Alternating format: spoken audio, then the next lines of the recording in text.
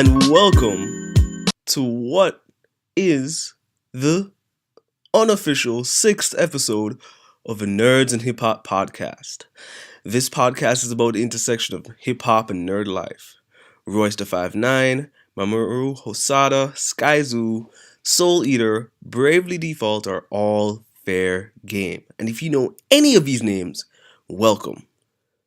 There are four main parts. We first review our weeks in nerddom and hip-hopdom. Then we explore a theme through our hip-hop and nerd influences. At the end, we ask ourselves a question and open up to answer your questions. And my name is The Wolf's Den, and I'm joined by a great co-host. At Miss Old School. And this is a special episode because she's here in Baltimore. She gets to live a better life in New York City. No. Yeah. Nope.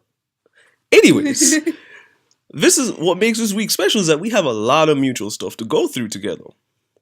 And because of that, we're not going to do our individual weeks in nerdom. We're going to go straight in to our mutual. And number one on this list is something you have been dying for me to watch for a long time. I have. I love this movie so much. It's one of my favorites, and I really, after watching it again recently, I immediately thought it was something you would like, so. So tell us the name of this awesome movie. The movie's called Late Autumn. Long story short, it's about a woman who gets sentenced to 10 years in jail for killing her husband out of self-defense.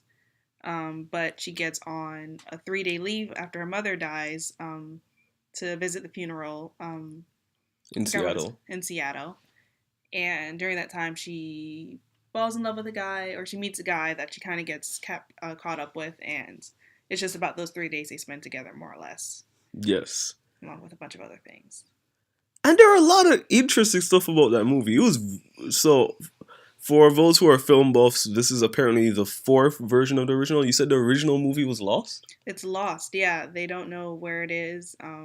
I've researched it a bunch. Yeah, it's lost in the ether. And this is not necessarily to be confused with the Late Autumn movie in the Criterion Collection. This is different. This is Korean. Yes. And Korean Chinese, but yeah. Korean. Okay, so that's actually the very first part I want to open up with. Mm-hmm. One of the very first things I wanted to think about was that once she's on the bus, she has this. The opening of the bus is he ends up asking her for money. Do you actually remember the guy's name? Hoon asks her for money, and the two things that kind of get pulled out in that interaction is first that he's Korean and she's Chinese. Mm-hmm. And I was trying to wonder if there's any. Throughout the movie, I couldn't tell whether or not there was supposed to be some kind of connection between the, I guess, the relationship between typical Chinese and Koreans. I couldn't figure that out. And with how Hoon was interacting with her, I was trying to find out, is that just a way that Chinese and Korean people interact with each other in terms of cultural disconnect? Because you can tell that she was thoroughly disinterested. And he was kind of harassing-ish into that territory. Yeah. But I don't know if that was just purely like Korean-Chinese relations, but I think they just had a difference of personalities. Right. Where he just seemed very like over the top and kind of like, not in your face. And she just felt like more reserved and kind of like, I just want to be on this bus, take this ride and like get to where I'm going. And he's clearly looking for conversation. Right. I guess being in jail for 10 years / going to your mother's funeral does not really feel conducive to be a talking scenario. Right, exactly. Well, at that point it was 7 years, but yeah, definitely. Right, you're right. It was 7 years. That's 3 more years.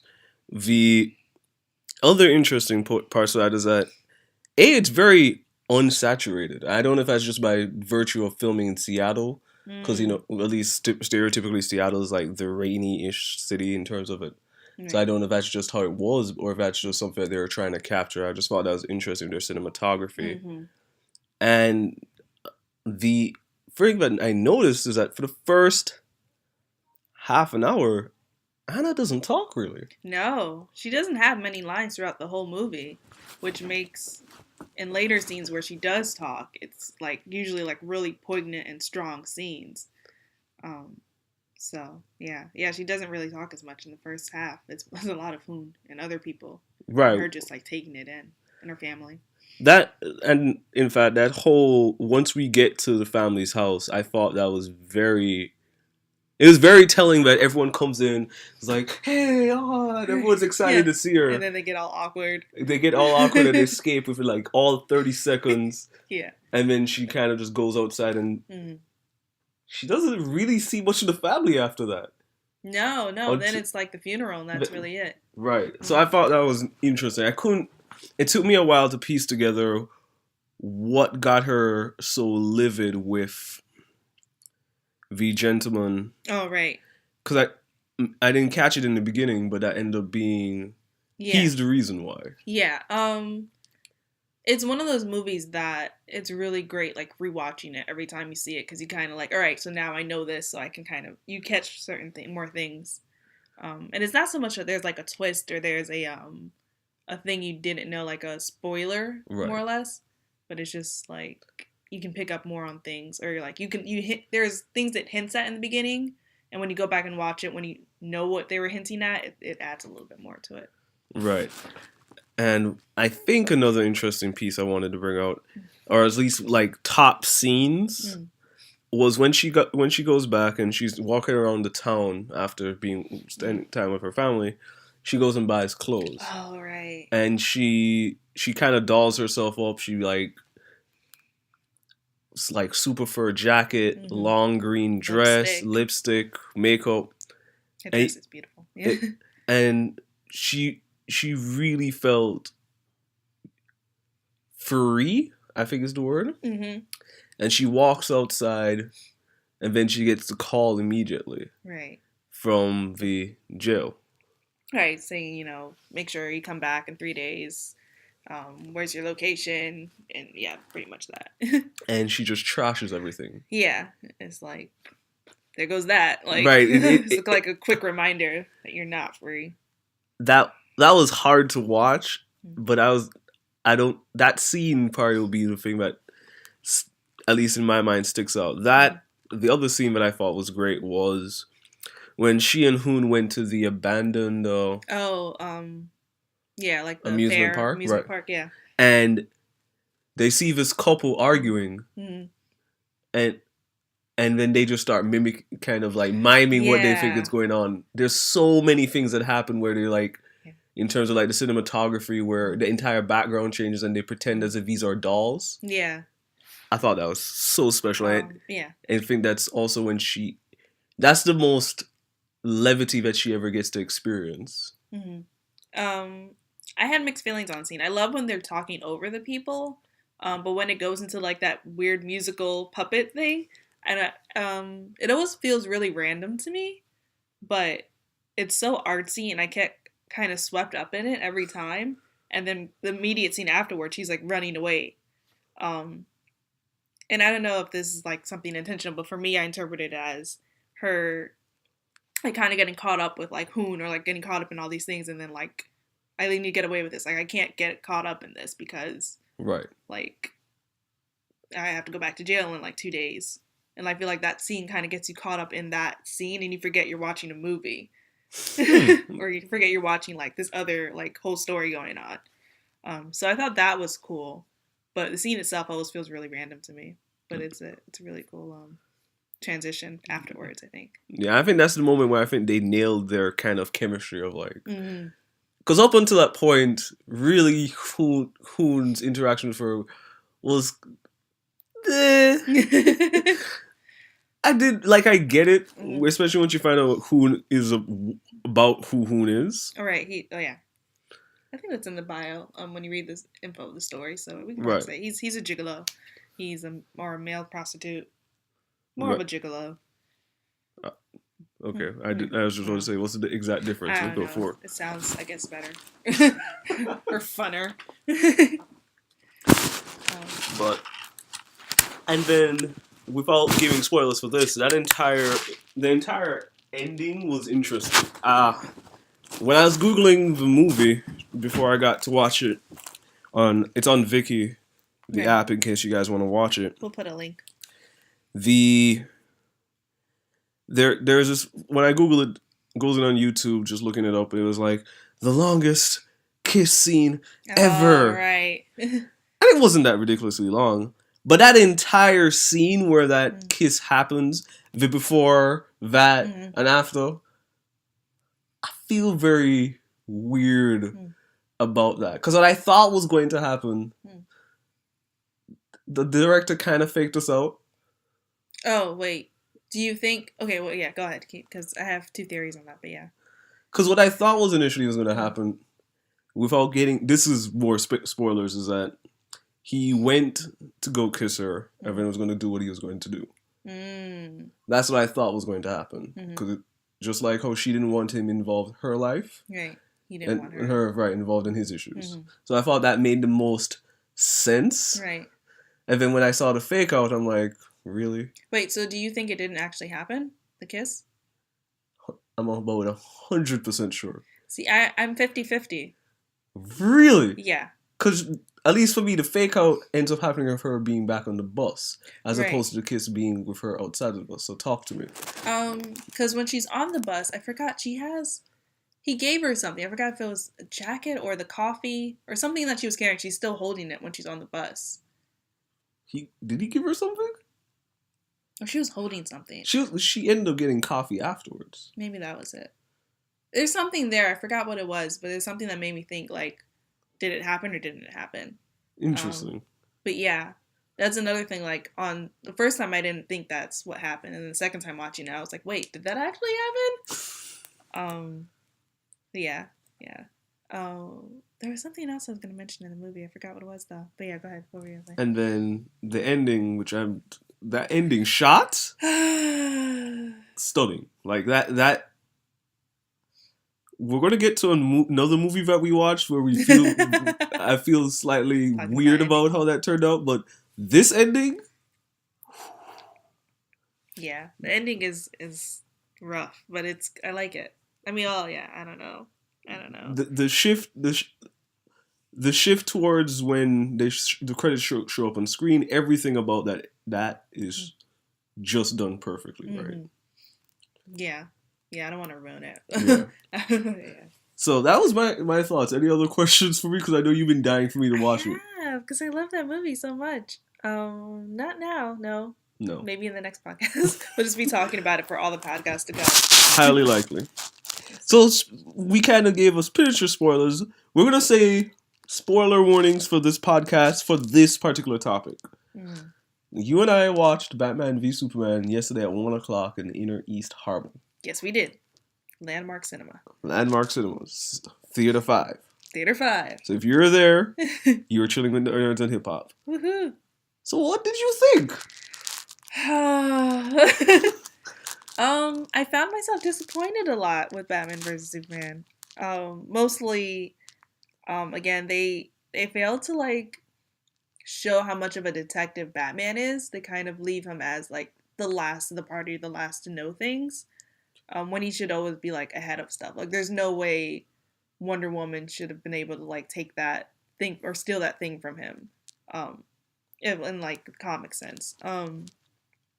But at the same time, the action scenes I thought were good. I really liked the action scenes. But at the same time, there was a lot of things that were unnecessary. Because it's Batman. It's like, why is he like chasing after bad guys when he could have just like stole something really quickly? I don't know. There are a lot of... I liked the movie a lot more than she did. And in fact, I went in because I didn't think... I was planning to skip this movie entirely. And I don't know what got into me to just like, you know what, let me just watch it and see. And I liked it a lot. But there's so much weird issues in this film in spite of what good characteristics. Like, I think Affleck does an amazing job as Batman. Agreed. And as Bruce Wayne. But I feel so... So there's the scene, and as I said, this is spoilers, but for those who have watched it, in the trailer, there's a classic scene that, you will bleed. Oh, right. Do you bleed? And the entire scenario that gets to that point where Superman stops the Batmobile and so forth. Super random. Everything about that's right. It's like, why is Superman even there in the first place? Why is Batman deciding to chase down the kryptonite as opposed to if he knows it's on that ship, why didn't he just do a stealth mission to just get out of the like? Exactly. There's so many pieces to that that just seem very arbitrary, and I think that's why this film feels weird. The abundance of random semi dream sequences. Right. There's like 3 dream sequences that are talking about fake outs, like fake outs. And it's like, but the second time you're like, okay. Well, the first time you're like, all right, cool. Second time is like, really? Third time, it's just getting ridiculous. Right, because let's see. The first one was him in the desert. Mm-hmm. The other one is, the fake out within a fake out with the flashpoint scenario. Get on that more later, yeah. The dream at the literal beginning of the movie. Right, yeah. With the bats ascending into heaven. But that was a really good opening, regardless. That was a really cool opening, yeah. What other... There's a couple more. That got me excited for the movie. I was like, okay, like, they're taking this seriously. This is going to be good. And then I think like 20 minutes in, I was like, I don't know. I think that whole hostility between Batman and Superman really felt like it paid off a lot. And the whole how do people feel about Superman component felt really, really well done.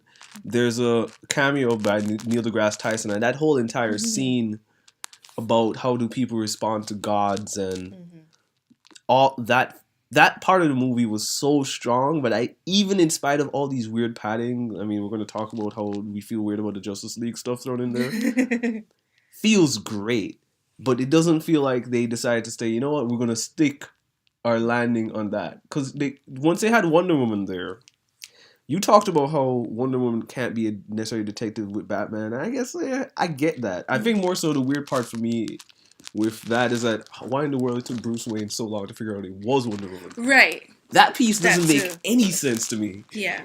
But there are a couple of scenes with Wonder Woman that is like, why did you guys not make use of this? Where in the big fight with Doomsday, and a little bit in the big fight with Doomsday, Superman sees Wonder Woman and is like, oh, is she with you? To Bruce. And Bruce is like, no, I thought she was with you.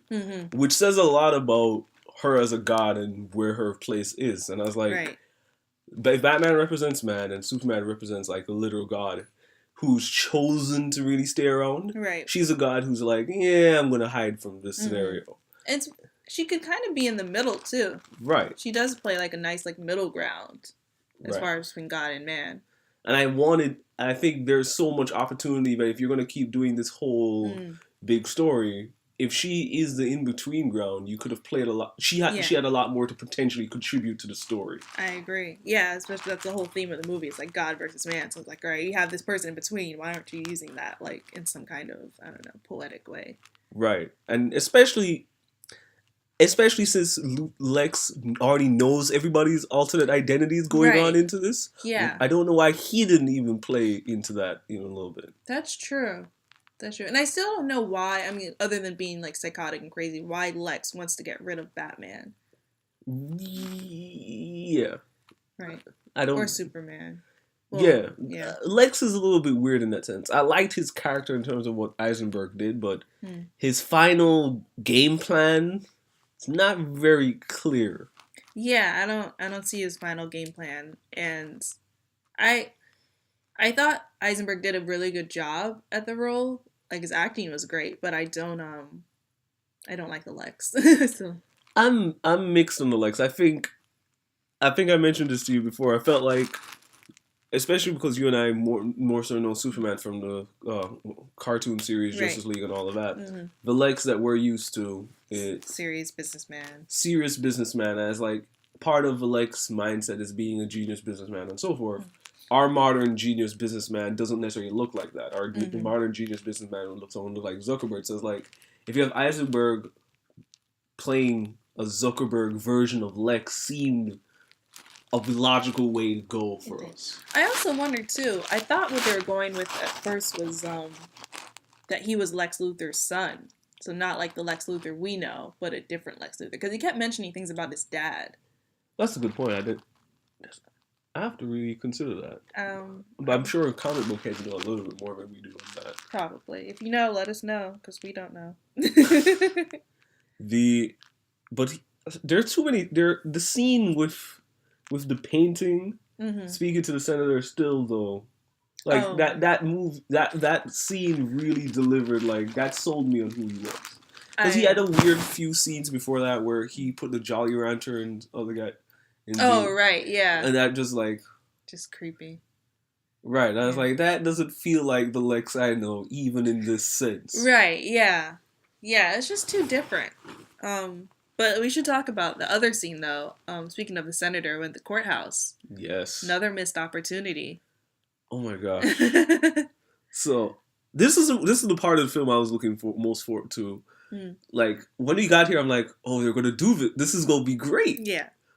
And I think they bailed out of what could have been said way too early. Way too early. Like I think that how they ended it with the bomber and so forth probably was still necessary.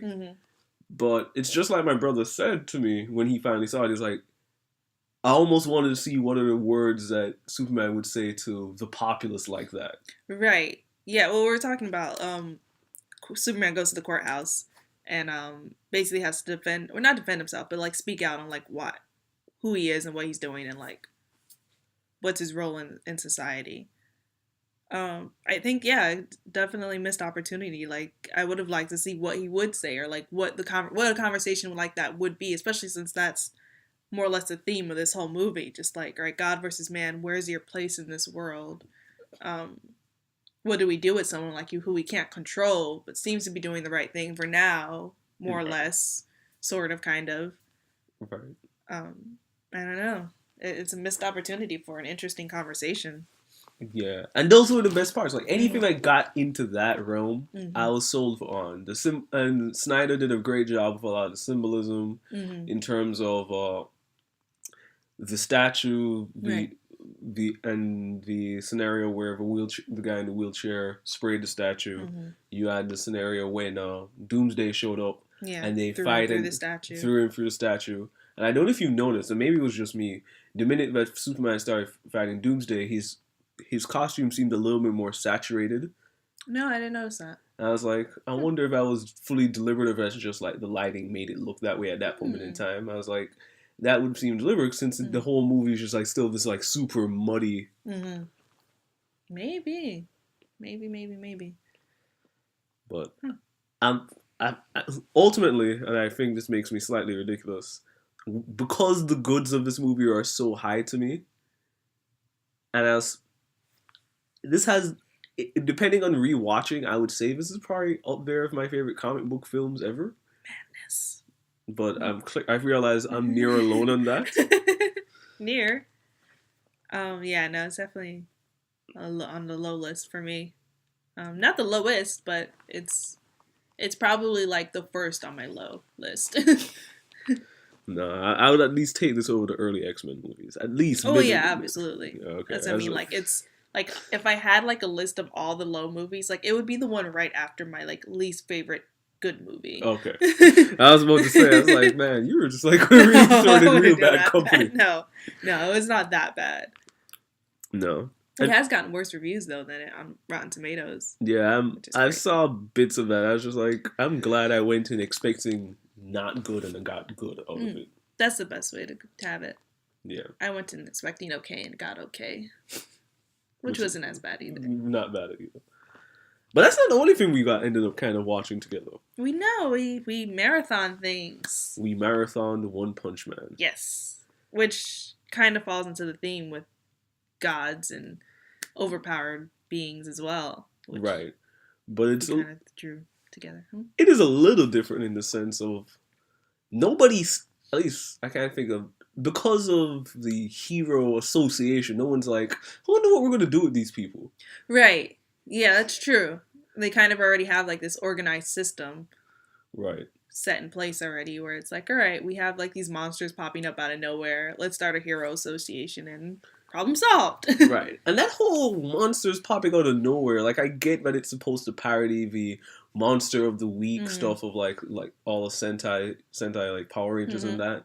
But man, it doesn't feel like there's a cohesive running thing. What do you mean by that? In terms of the first 3 episodes, I get you're setting up characters, who they are, their methods, motivations. Makes sense of that. But after that, I was expecting, if you're gonna work in, and this is before I knew there was a second season. There's 12 episodes, and you set up the first 3 episodes to kind of set up the world, who we are, who we're dealing with, and you now give us the Hero Association. You build this whole thing up. I'm expecting that if we're going to work towards this ending, that it's going to be, these villains are going to be significant throughout. But because the arcs are shorter, I don't really care about any of the villains that we deal with. Yeah, I don't either. Even towards the end a little bit. Like, I care a little bit, but even then it's like, all right. When it's over, I'm not like, man, that was crazy. Right. And I guess this is the weird thing. Maybe we're supposed to feel that way. Now that I think about it, but essentially that's how Saitama feels, right? It's like whatever. All right, next day, another shopping, grocery shopping. Oh, yeah, that's the one thing though. It's funny. A lot of people will say Saitama is boring, but I kind of like that aspect of him where he's kind of bored. Like, he's so overpowered that he's bored. Because I don't know. I can't think of any anime that I've watched or any show that I've watched where, maybe Sherlock, where the main character is so, like, overpowered or, like, so powerful that, like, he's kind of, like, bored, like, unfazed now. Like, what do I do? Like, I have no fire in me, you know? And there are two things that came to mind with that. The first thing, as you mentioned, I was thinking for Genos. I was wondering if Genos would feel a lot more existential satisfaction throughout the series. I couldn't necessarily figure that out. Did you feel that way? Because I was like, Genos actually has to kind of work his way up. Because at Saitama was just like, I don't know what to do. I don't have goals anymore. But like, I guess I'm just going to give you arbitrary goals. Right. It's fake goals. It's like, you work up your way to number 10 in S class. It's funny. I do see more of a connection with the biker. Was it Moomin? Moomin. I don't know if it's, maybe they address this in the manga, or I don't know, maybe I'm just coming up with a crazy theory. Because he reminds me a lot of how Saitama was before he started training. And I wonder if there's a connection there somehow. Just because, like, Moomin is so, like, he's as powerless as Saitama is powerful. But let's even talk about that very first scene where we see him deal with Crabalanti. Oh, right, yeah. The crab. Did he really even seem that powerless? No, actually, what you mean? Oh, that's true. You mean the beginning, Saitama.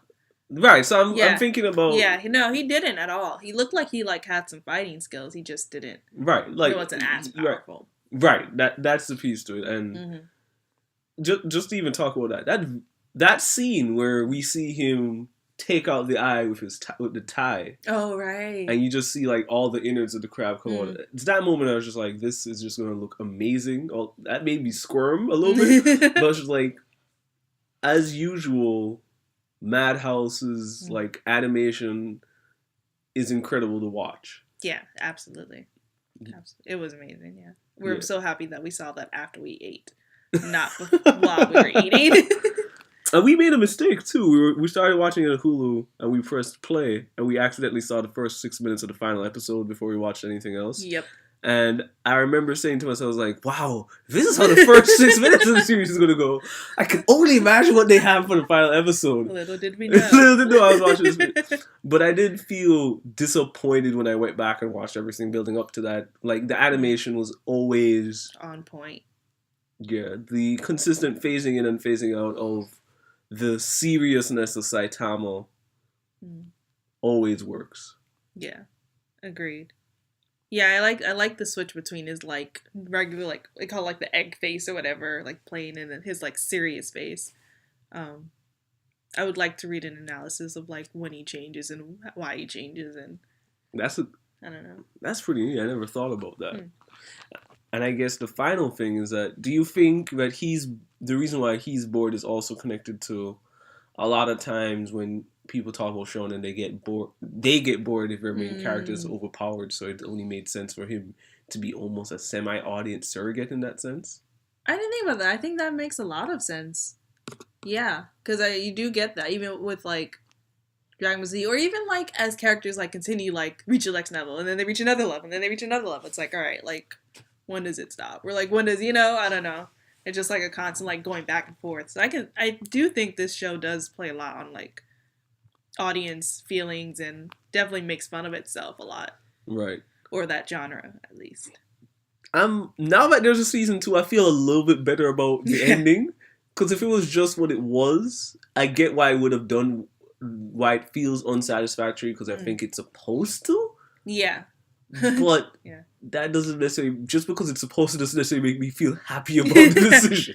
I want to see Blast, damn it. That too. Yeah. So that's kind of been our week in nerdom. Yep. And that leads us into our week in hip hop. Woohoo. My personal week, the highlight of this week, or probably last week when it first came out, was Royce's song Tabernacle.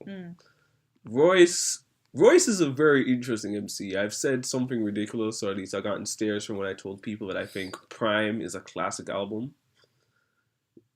For those who don't know, Prime is the DJ Premier Royce da 5'9" collaborative album in 2014, late 2014, and in the middle, this song, and I felt like that album was just a great album. It's mainly just rapping. There are not many stories or anything else like that, but the technical ability of Royce and them is just on par. That's never been a question about Royce. The question about Royce is how well can you tell a story? What are these other components to who you are? Mm-hmm.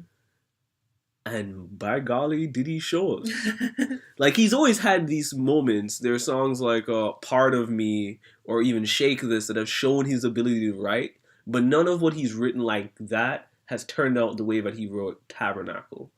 Tabernacle tells the story of him pretty much the day that his child was born, and on all the things that happened on this day, where he ends up rushing into a hospital, and he stops on the 5th floor and sees his family crying, and he's wondering why. Apparently his grandmother is passing away on that floor. And he's trying to empathize and deal with that. And then they're like, no, you need to go upstairs and see your wife on the 9th floor. And then he's trying to contain those emotions while also trying to have emotions to support his wife. And then he has a show that night, and he deals with him having to go back to that show. And apparently at that show, that's the first time he meets Eminem. Wow. So, like, essentially, he weaves the tale together such that to pretty much say that God really defined that day for him, or that's like his day in destiny, so to speak. And I don't think I've ever heard Royce go in that direction before. And makes me super duper duper excited for his album coming next month. Interesting. That sounds fascinating. That makes me want to go check it out now. You need to. The video's great too. But that was my week. But that's not the only thing that happened this week. It is not. Kendrick dropped his album a few weeks ago. We're we're late. A little bit late. Slightly. But, whatever. So it's called Untitled Unmastered because all of the songs are untitled and unmastered. I don't believe the second part because these all sound mastered. They sound really good. Shoot. This is unmastered, man. I want to know. I want people in that class. Right? But yeah, definitely all sounds amazing. Even all the songs kind of have like a hook and a chorus and. Right. This is not fully just slapped together. No, it's not just like freestyles over a beat kind of stuff. Like they're all fully thought out songs. It feels like almost, or at least half songs. Right. What were the highlights for you from that? I don't know. I keep having that get top on the phone. It's stuck in my head since I listened to it, and I don't know. I really want the whole album or the EP or I don't even know what to call it. I don't know what to call it. Okay. Untitled Unmastered. It feels like Kendrick has a great knack for storytelling. I think we've all like seen that.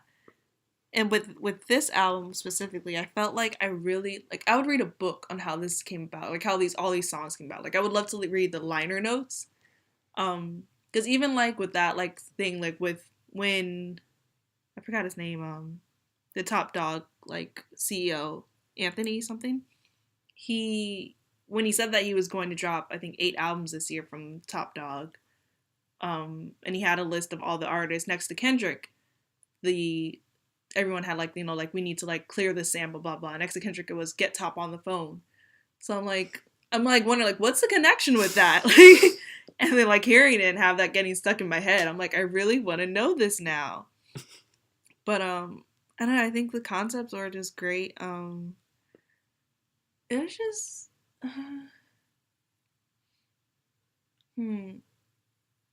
it I don't know.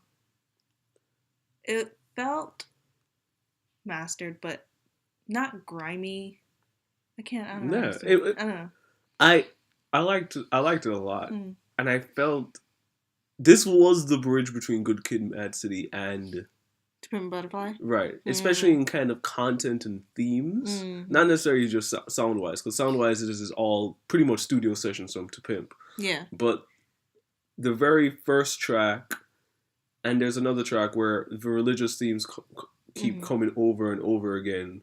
I think he said, atheists contemplate suicide. There's a bunch of lines in that first part that's kind of apocalyptic in that sense, and then either second or third song, I can't remember.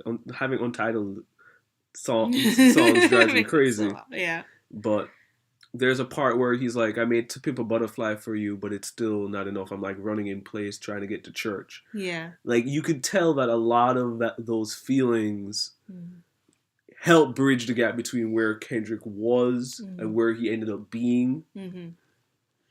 Because if at the end of Good Kid, Mad City is the whole religious experience, it plays a role on To Pimp a Butterfly, but not necessarily as overt. Yeah, as Good Kid, Mad City. And this feels like the bridge between him kind of what do you do with that and what he thinks To Pimp a Butterfly meant for him spiritually. And I thought that was neat. I was like, just to have that kind of bridge and between the two felt satisfactory. I think the song with him, Anna Wise, Punch, and J-Rock, incredible. Like, I've never heard Punch before this, but I want to hear way more from him. And then I said this to you. CeeLo? Yeah. Oh, before we even get to mention that, can I also I can't believe I have to say these words ever on any podcast to be remembered. Why did Swiss Beats make a good beat? Like, I can't believe it. Swiss Beats made a really, really good beat. I did not know this was possible. To be fair, that doesn't really sound like any other beat he has as much. Like, there's no, like, loud drums, or not drums, but, like, horns. Yeah. So, is it really a Swiss Beats beat? I mean, it's him and his son, right? Yeah. So I'm just going to give the son all the credit. But yeah, I can't believe it. Like, that was incredible. And then the song that I adore, which is with him and CeeLo. I want a full him and CeeLo album right now. Like, that is such a refreshing tag team. I forgot how much I like CeeLo's voice because I don't really care for any of CeeLo's. I didn't care for recent CeeLo solo stuff in terms of being interested enough to really pay attention, like Lady Killer or anything like that. Right. Like, I'm always kind of happy to see him do well, but it's not been like, oh, I gotta listen to that CeeLo album. Like, that's never how I've felt. I was getting to that point, and then that whole incident happened with, Yeah, I've been wanting to listen to his older stuff, like CeeLo's Green Machine, but I haven't gotten around to that. One of these days. But that hook is infectious. Let me explain. I keep saying that to myself over and over again. And I guess I would say this is Kendrick's most romantic track he ever has. It's funny because I remember we talked about this before, how Kendrick doesn't, well, at least on the 2 albums, doesn't really have a love song. I mean, he has These one. Walls. These Walls. Oh, I 2. I mean, would you like half of your romance song, to really be about someone where you're getting revenge on? Maybe not. Maybe not. 1.5. Just poetic justice, really. True. Yeah. I don't know. And I think this is it's in similar-ish vein. the whole like I will wash your clothes on Sunday for you was quite amusing, but there's a line that's like you're alien, but you're different from everyone. Like there's, Right, yeah, I really appreciate this song. Mind you, I like hip hop love songs if they're done well, Me and I too. would throw this. Okay, it's not Common territory because I still think Common owns that feel, but this is really good contribution to that feel. Anything else you wanted to say about how you feel about that project? Nah, but we can head into another awesome project that we watched and Thought about. So we talked about CeeLo. So obviously we have to talk about what Netflix dropped this week, The Art of Organized Noize. Yes. So what did you know about Organized Noize going in? I knew nothing about Organized Noize going in. I've heard the name before. I couldn't really tell you who they were connected with. I knew it was like related to the South. I was like mildly interested in the documentary just because like it was Netflix putting up money to do this documentary, and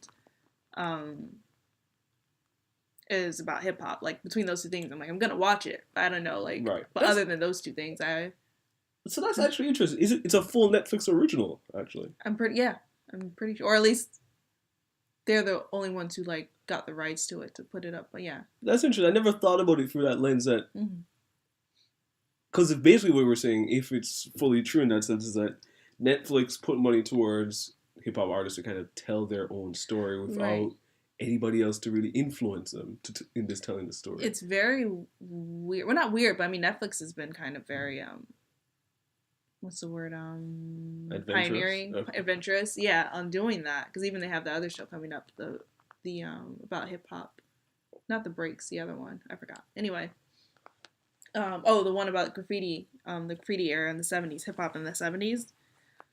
But either way, so between those two things, I was like, all right, this is interesting. It's gonna be good.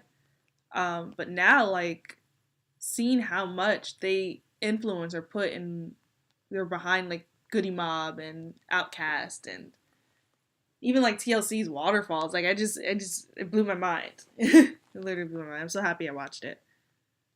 How about you? For me, I knew a little bit more, but I didn't know what label to place it under because I knew about a lot of beats I've heard from Outkast over the years. It's like it's Organized Noize / Dungeon Family. I don't know where one began, where one ended, really. Yeah. And in my mind, and this is one of the things that the documentary kind of helped highlight, and it's one of the things I found interesting, is that I thought they had just done every Outkast album. That's one thing that I went in thinking that, oh, they've done everything. So even stuff that I like Liberation and so forth on the Cormani, I was like, okay, that has to be them. And then you get to Love Below. I'm like, because Sleepy Brown is on The Way You Move. I'm like, I'm sure they did the rest of the album. It's the only way it makes sense. So you find out that they didn't. Yeah. And that becomes a big point in that story that how do they talk about their success and what happens as a result, and the transparency in terms of talking about when they go over to Interscope, right? Interscope and the experiences that they have there, and this is what I liked about watching them interact, is that you can tell that they sincerely care about one another. Right. So at the point in the story, we're talking about why the albums didn't necessarily work out as well in Interscope. Part of it is because they left what used to be a trio of them producing together became just Ray producing on his own majority of the time and having to like split up and him having to pump out. And he talks about how essentially when Interscope dropped him, I mean, he was like, man, we could do one more thing to get some more money. And then he just remembers like Ray just shouting at him. He's like, all right, you're right. I'm coming back. It's coming. Yeah. Like, forget I even asked. Forget I even said it. Yeah. And I was like, wow. And then to come back and then they kept together because a lot of falling outs. A lot of these things end up falling outs. Right, especially when it becomes business related. A lot of these artists fall out, and you can tell that they want money again, but I think they want respect again. I think or like the respect they're due. Right. Yeah. And that piece always stood out to me because they're trying to figure out how do they balance wanting to make these hit records and make the records that they're doing, and essentially ultimately Interscope being set of people that value a certain type of experience versus what they normally do. Right. Like essentially what that they say is like waterfalls can only happen once out of like a batch of like 30 songs. Like that can't happen in every album run ever. But because they had so many hits back to back to back, people expected them to be able to churn those out like every time they had a single. Right. Yeah. So I thought that was neat. I thought what was neat between that and the En Vogue track. All right, Don't Let Go. And I was thinking, and someone's at first every time I hear those beats, I don't think they're hip hop at all. I don't. And then they talk about the moment where somebody's writing rhymes. It's just like the song we'll never get to hear. I feel so sorry for the guy who's like writing. He has bars for waterfalls. And he's like, what are you doing? That was supposed to be mine. Well, no, the waterfalls is different because it's the hook, but the En Vogue song is like, what? Yeah. What? Oh, that's gonna be on my album. Yeah. Can I use it anyway? So that's neat. It's interesting to see how the rest of Atlanta seems to value them, and I guess I'm just more so surprised that with all of Atlanta, it seems to value them, and they've talked about J. Cole coming there, and I'm surprised that none of the other Atlanta artists have necessarily tried to do a full project with them, with how much they appreciate it. Maybe I'm not very well versed in Southern hip hop, so maybe I don't know, but I'm thinking we had Future. Or Metro Boomin. Future, Metro Boomin. We're talking about them. Even someone like Ludacris, who's trying to find who obviously is more closer to that era, but trying to find his own relevance again. Something like that would be neat to watch him navigate. True. I think it's gonna. I mean, after this documentary, I can see it happening. I wonder though. There's been so many changes in music and like what makes it hit song. That like I know like Ludacris, like a lot of artists have tried to like go more pop, they've tried to go more R&B, like they kind of switch like what genre dance partner they have more or less.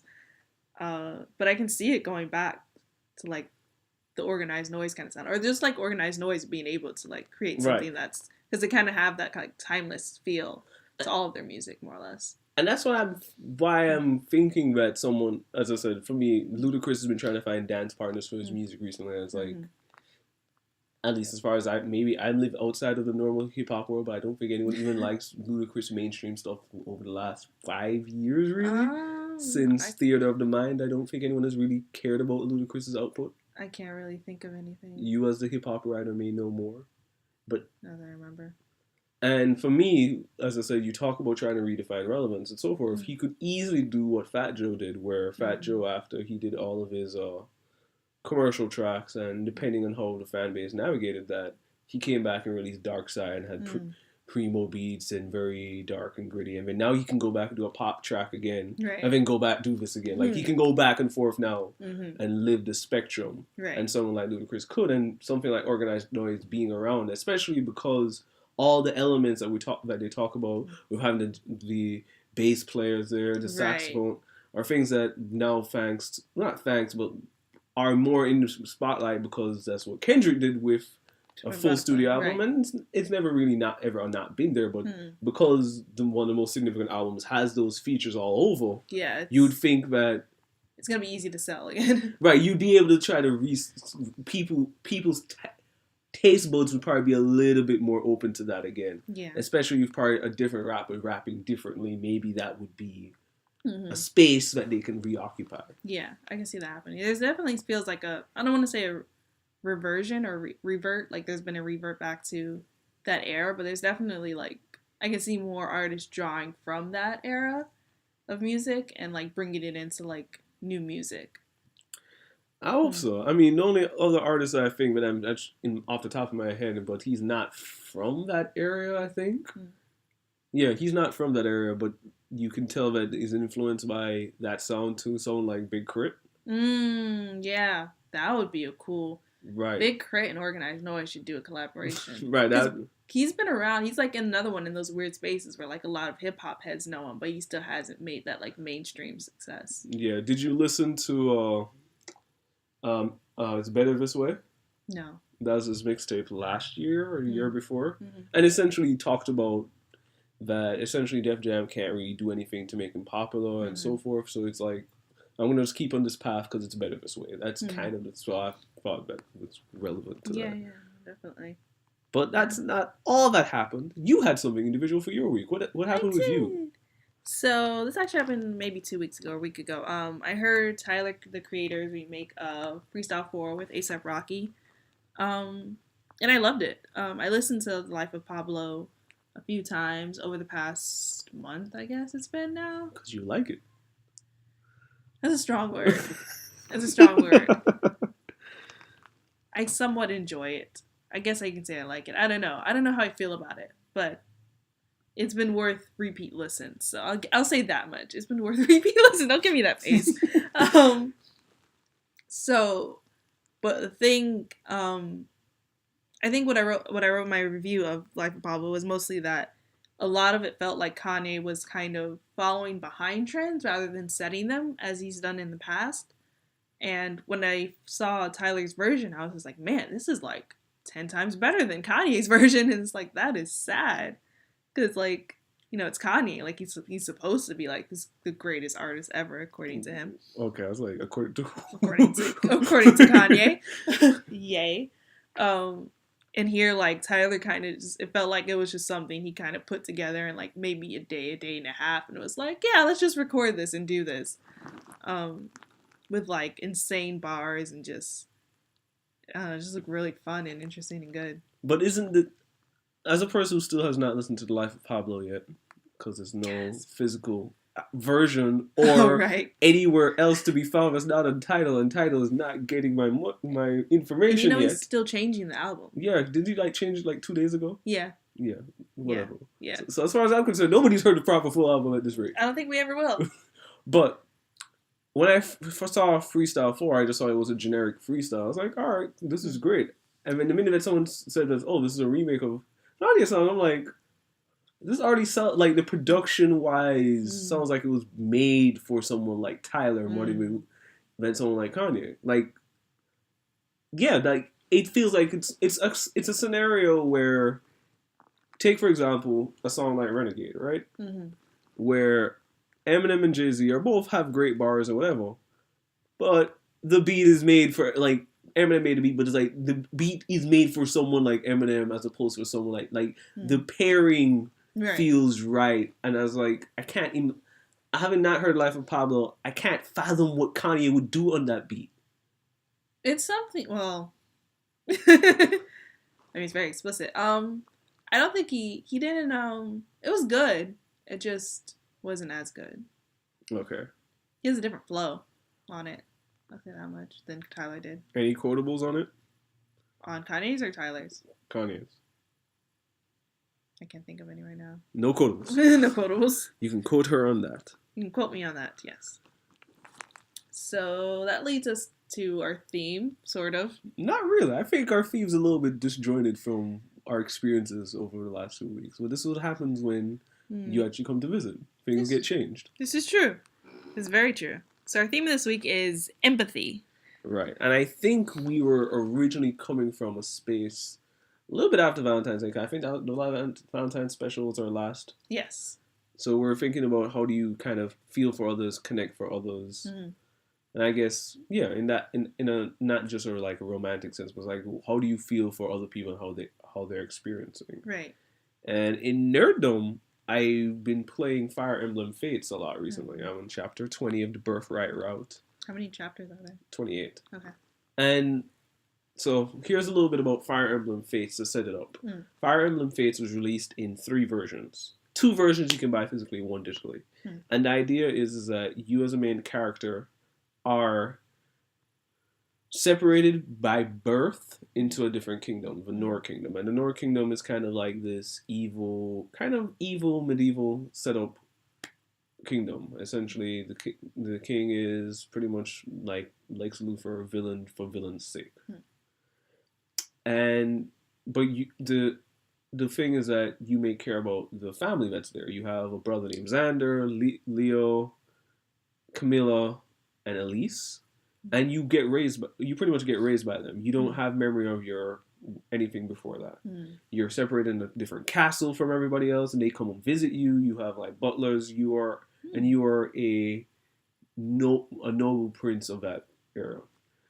Due to a bunch of circumstances, you get your memory comes back, and you also realize you're not from that kingdom originally. You're from the Hoshido side, which is a more so peace-loving nation, and you meet your family over there. Mm-hmm.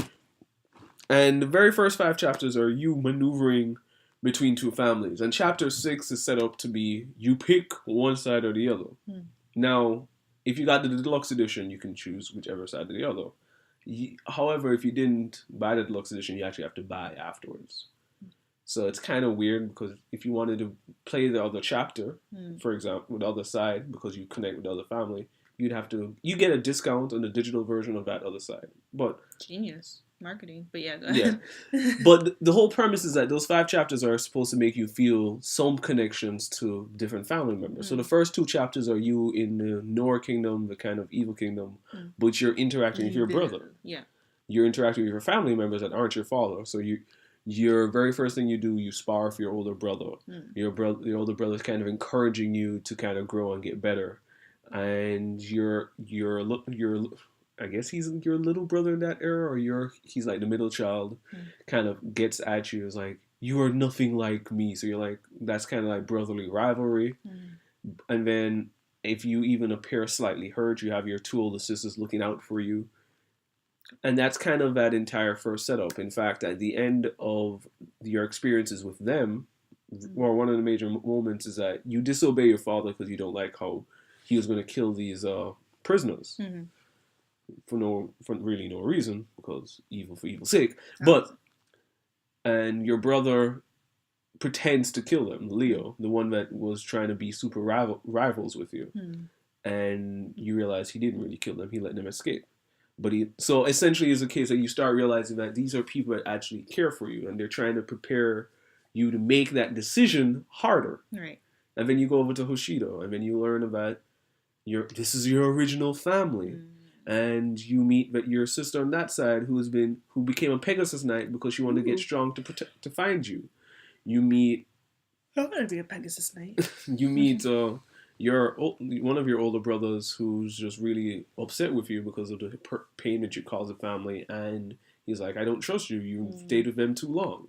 You meet another sister who's just so happy to see you again. So you're again.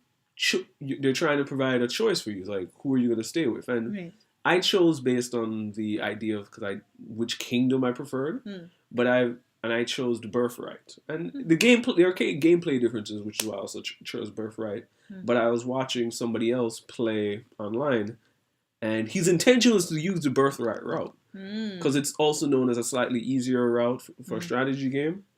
And then he plays the first chapter, and when I was hating certain people in the character, some of the family there, he was like, these guys are great. These guys are amazing. And then he meets the people in Hoshido. It's like, nah, those guys are way better. I usually immediately you can see how different people can feel for these characters in such different ways that it's like, forget, I don't care about the kingdoms. These are my family. These people. And I was like, it's interesting. The game I don't always think did a great job at setting it up. I feel like it needed a few more chapters to balance out you and these family members to make that choice at chapter 6 stronger. But that's what that game was trying to get you to feel. So I thought that was pretty neat. Yeah, that's pretty neat. Did you empathize with? You said you kind of chose on. But did you? I empathized with the person I actually empathized with more, cared more most about, is the brother who didn't trust me. It says a lot. I don't know what it says. It says a lot. I love it. I think I guess fair to say he's the most logical character to me. Because it's a case of that you stayed in this entire kingdom, and part of the opening of the game is that once you go back to Hoshido, you didn't realize, but you became a pawn in Nor's scheme. Apparently the sword that was given to you by the king somebody had telepathic powers and blew up an entire city using it. That's not nice. So it would make sense why you wouldn't trust this person. Okay, yeah, So sure, there's sure. but we don't meet him until later. I think the thing that got me to empathize with him more wasn't necessarily my family, but we meet the two prisoners that I saved, Okay. and one of them was like very like I'm deeply appreciated for what you've done, and I think that kind of triggered it to me as like, okay, these are people I want to be with because they can exact forgiveness quite quickly or something like along those lines.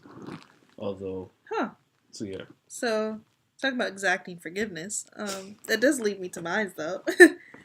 So I've been watching this Korean drama called, well, I finished it, called Cheese in the Trap, where essentially this girl is, it's weird to say it, she's not really bullied in a way, or targeted. Like, you kind of, like, left to wonder if she's being targeted or bullied by this one guy. And this guy's kind of, like, socially awkward. He's not really, like, connected emotionally. So you're not really sure if, like, all right, is he, like, evil? Or is he just, like, not connected emotionally? And there's a lot of things that he does that you kind of think, like, did he do this? Or is it just coincidence? Like, he ends up, like, he knows, like, his presence, or you think he knows that his presence, like, bothers her, or, like, she feels uneasy around him because, like, all these, like, bad things kind of happening with him related to it.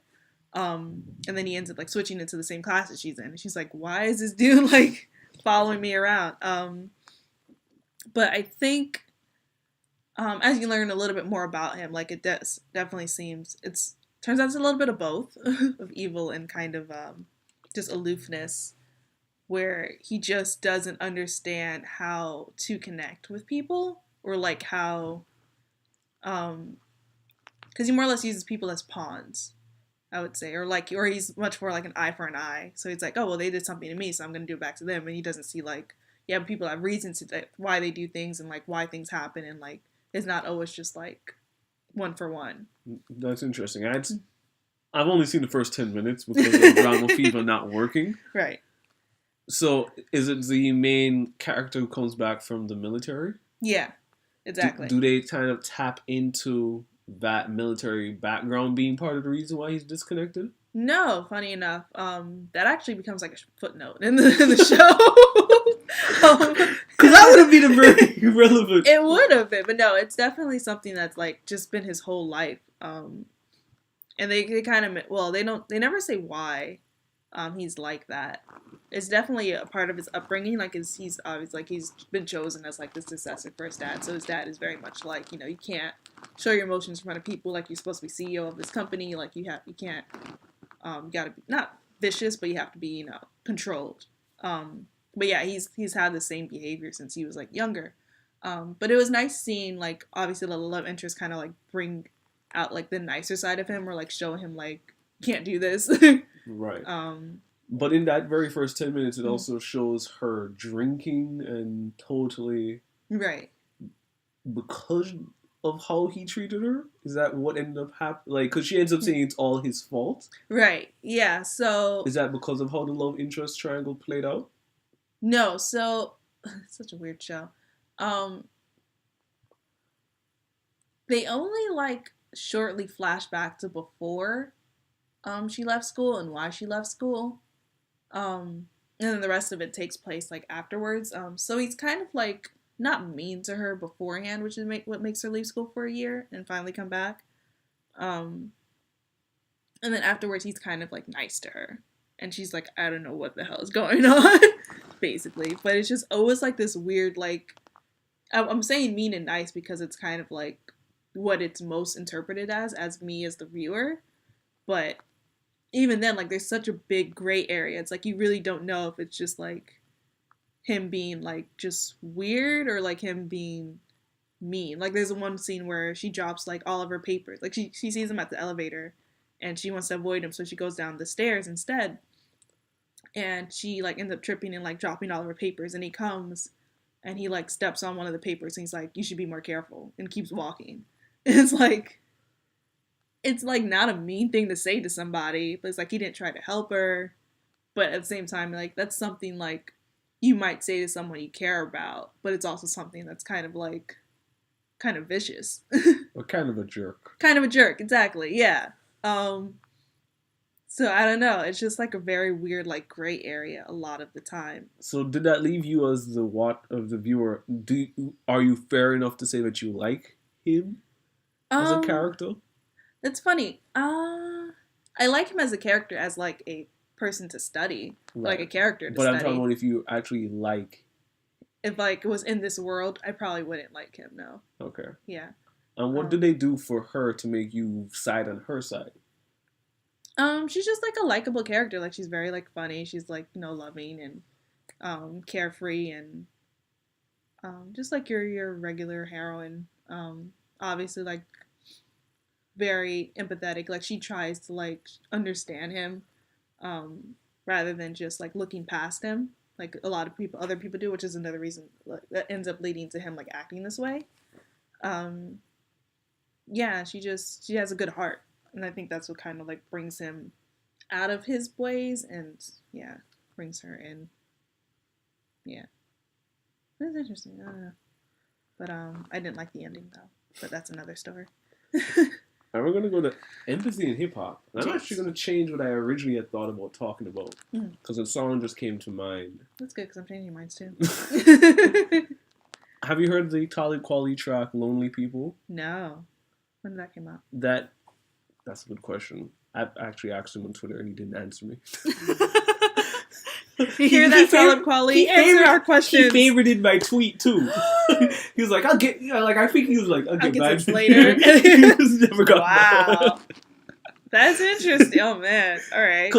So, "Lonely People" samples the Beatles song, the John Lennon song. Oh right. I look at all. So So I was like, I knew you didn't get to release that straightforward because there's no way that you're getting a Paul McCartney is on that, or Michael Jackson. I don't know who else to say anymore. I don't know, but anyway. Whoever.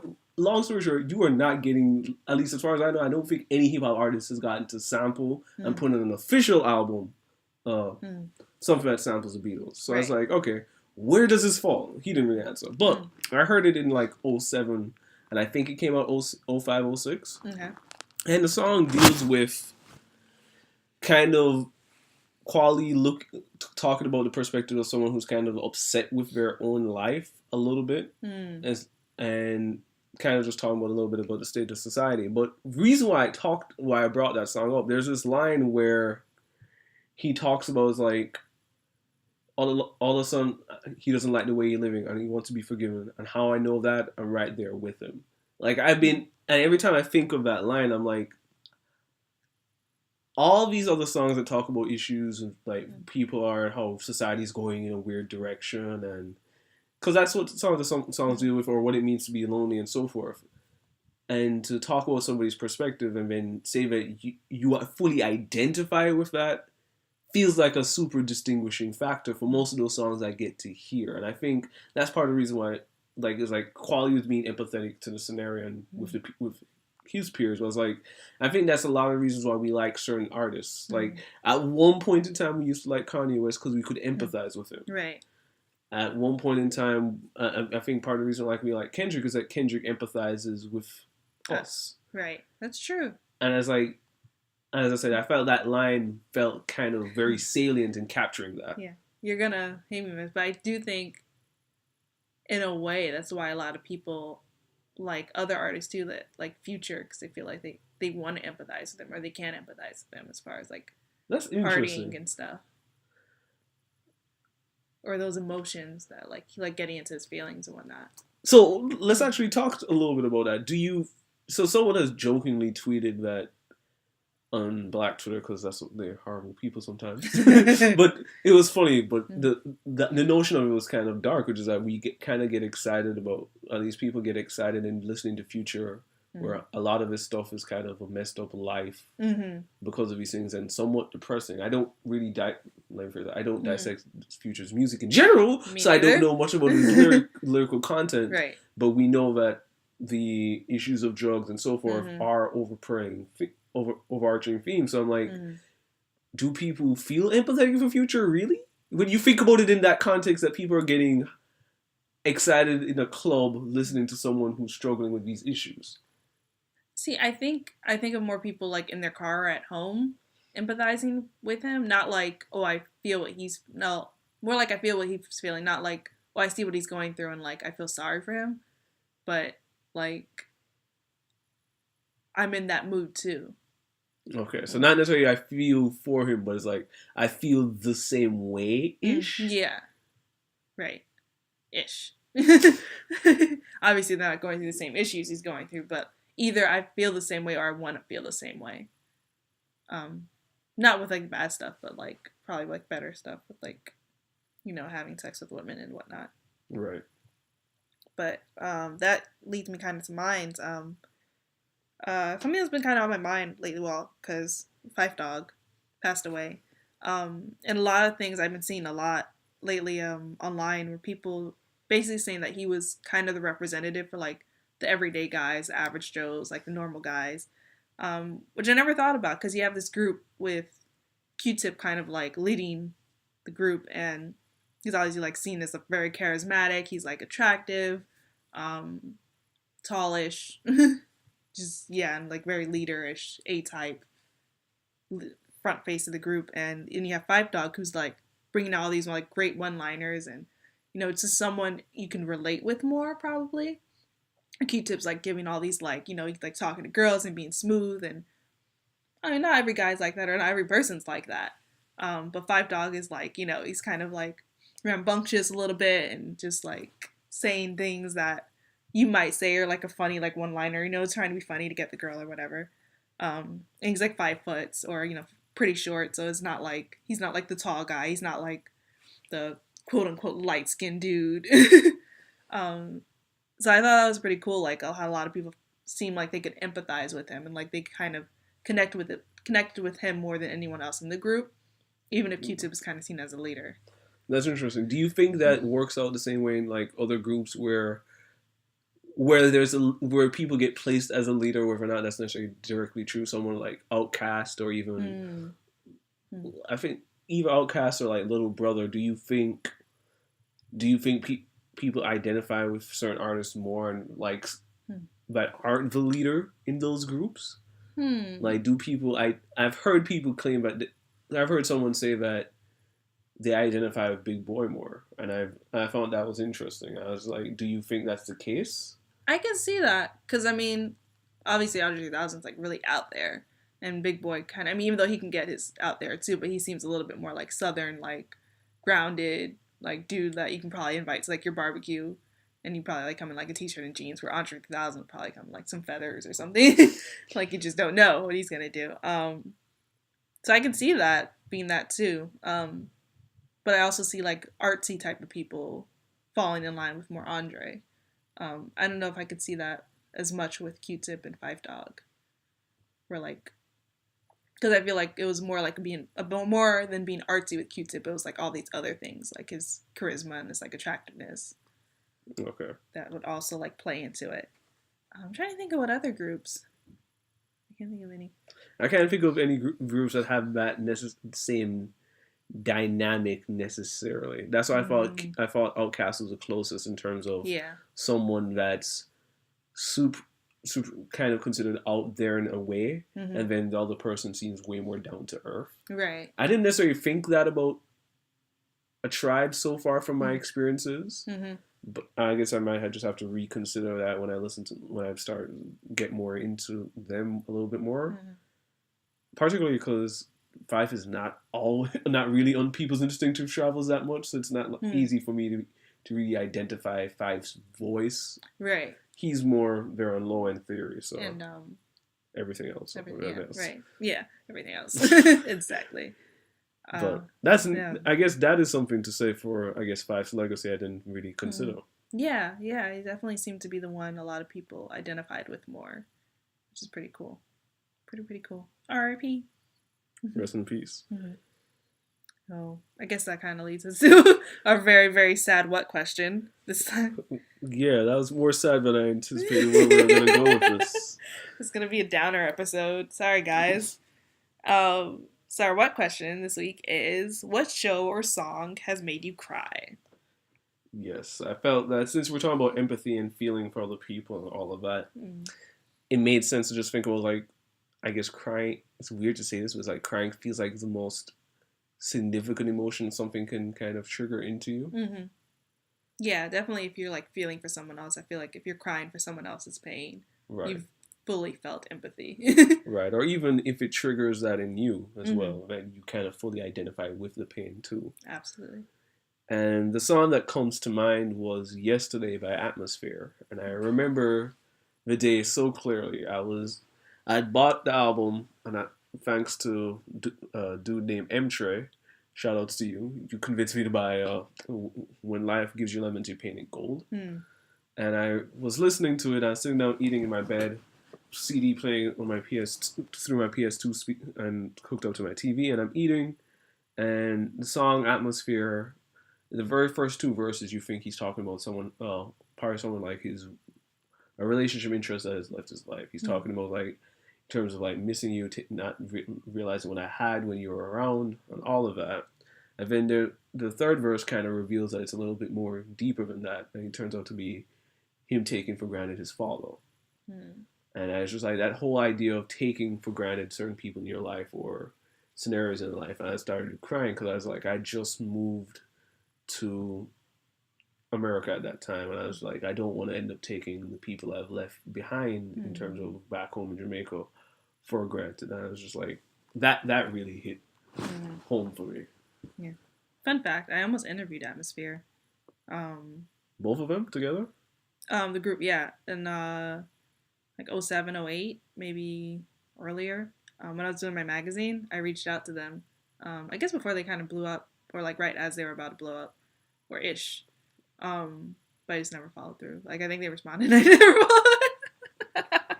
You should see the face I'm giving her right now. I know he's giving me like a shocked, disappointed, what the hell is wrong with you face right now. I think this might be the final episode of the podcast, everyone. You said that like 3 times. I don't know how I feel about this. This really might be the final episode. I really like them though. But I never, yeah. Keep going. Just go. I'm going to forget that you said that. All right. So my show, I feel like I talk about Sailor Moon a lot, but I think I said in the first episode, you're probably going to learn that I love Sailor Moon a lot. I might have talked about the scene before too, but it's just been so poignant for me when Sailor Moon, Darien Tuxedo Mask keeps having these dreams that if he stays with Sailor Moon, that something bad is going to happen. So he breaks up with her. It so happens to be the same week where he was supposed to meet her parents. So she I think she gets a call from him in a phone booth, or she just ends up in a phone booth, and she just starts breaking down and crying, just like, I guess you're not gonna meet my parents. I guess this is it. And it was just a strong scene, especially like for an anime for me. Yeah, I remember just being like, man, like this like hits, I remember feeling like sad for like, wow, like this is depressing, especially since you weren't exactly sure if they were gonna get back together, and like why, and like who was sending him these messages and blah blah blah, and something bad were gonna happen. Like he was kind of like in the right, I guess, to do it. And it's just, I don't know, it's just like a really, really like scene that always stuck with me ever since then. Like between that and there's another scene around the end of season 5 where basically Darien he left to go to America to study, but little does Sailor Moon know, like the plane got attacked by the Negaverse, so like the evil people, and to summarize, and so he's basically like, he hasn't been responding to your calls because he is maybe either dead or like fighting in the Negaverse somewhere, or captured. But she doesn't know that. She thinks he's just like in America, like, and forgot about her. In the meantime, there's another guy who comes along called Seiya, who proves to be like a really strong, I don't want to say alternative, but like a love interest for someone who's like been with the same guy for 4 seasons of the show, and here we are in the last season, and it's like, I don't know if I feel about Tuxedo Mask anymore. I don't know. Like maybe she should be with Seiya. Like there's still people today who like will say that, or like be like, I prefer them together, or and basically the scene is, so this whole season Sailor Moon is just kind of depressed that she's not hearing back from Darien. She's not hearing from Tuxedo Mask. And she's fighting a villain and she's about to lose, and then you see a rose get thrown down on the ground, which is Tuxedo Mask's like thing, like a signature. And she turns up, she thinks she sees him, but it turns out to be Seiya.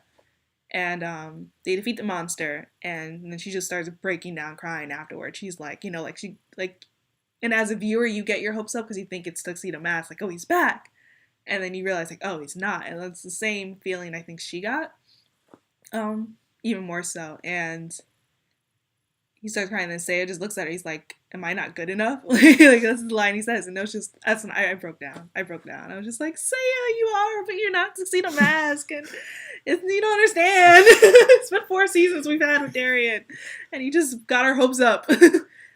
Serena and the viewers, you know. But yeah. So that was it. That was between those 2 scenes. I think super poignant craziness. Man, you just remind me of an anime scenario, and this is going to be the last one before we make this super long.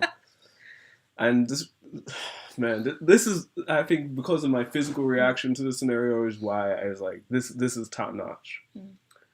For most people who have watched Naruto, you haven't seen Naruto ever. I have not. There is this setup. So everyone in Naruto, the general concept is that the very first 2 seasons or so of Naruto, the idea is that everyone has some type of jutsu.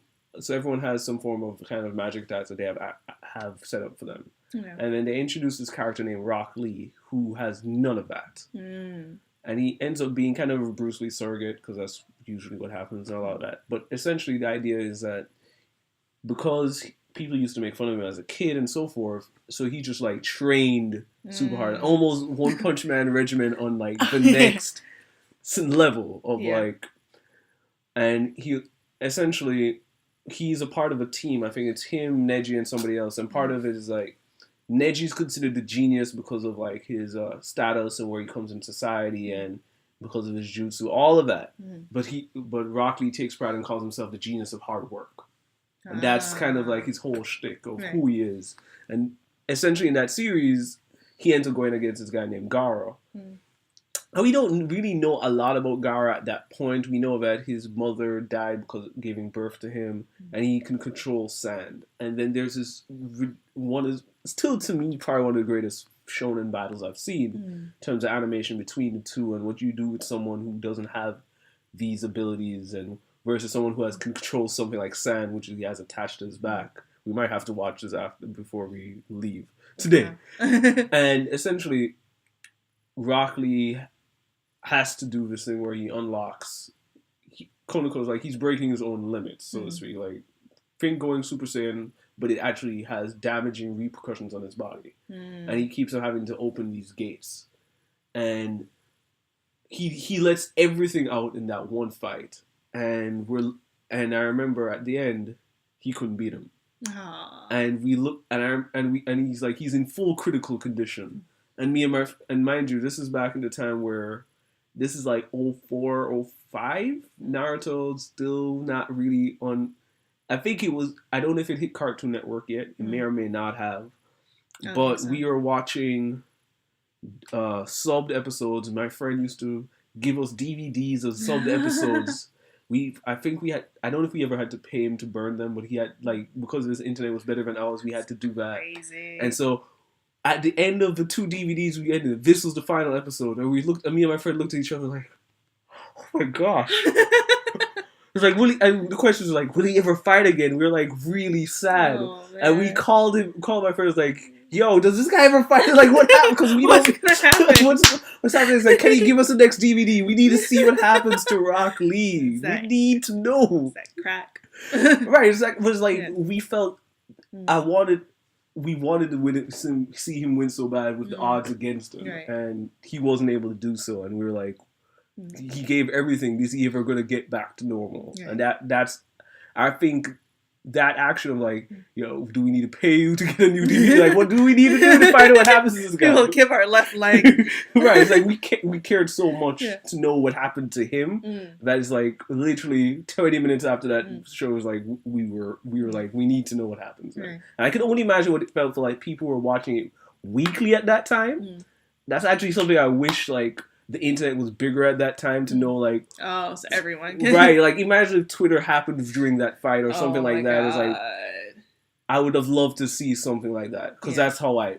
Yeah. That reminded me. I remember what the point I wanted to make with One Punch Man was. His regimen isn't. It's hard. Don't get me wrong. Like, but as much as like as powerful as he is, and for him to say like, "This is what I did," no one's trying it. Right.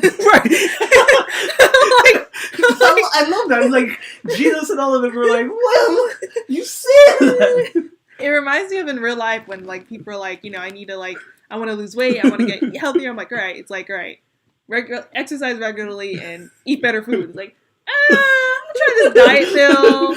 I'm gonna try something else. I'm gonna try like Weight Watchers. It's like, just eat healthy and exercise for like for 3 years. For 3 years. I think the funniest thing. I think the big problem is that Genos can't do it because he's a robot. Right. Yeah, that's true. And nothing he does is gonna right. Do that. Yeah. But for the rest of them, I don't really understand. Yeah. Like, imagine Moomin. Right. Exactly. Like he could have been good right now.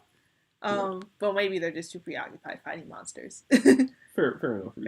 But yeah. So I don't know. Maybe you guys can tell us why they're not doing this thingamajigger. And tell us what shows or songs have made you cry. Yeah, definitely. We really want to hear, what's made you sad and cry and made you feel emotional. So we don't have any questions this week, but if you guys want to ask us any questions, please send us tweets by using the hashtag nerdsonhiphop or askNOHH. You can also email us at nerdsonhiphop@gmail.com. Thanks for listening to Nerds on Hip Hop. Once again, I'm Victoria, aka Sailor Scout, or you can get me at Miss Old School with a K. On both Twitter and Instagram. Both Twitter and Instagram. Any social media at all, pretty much. And I'm The Wolves Den on Twitter, Instagram, YouTube, everywhere. Everywhere. Yes. Catch you later. Sayonara, son. Bye.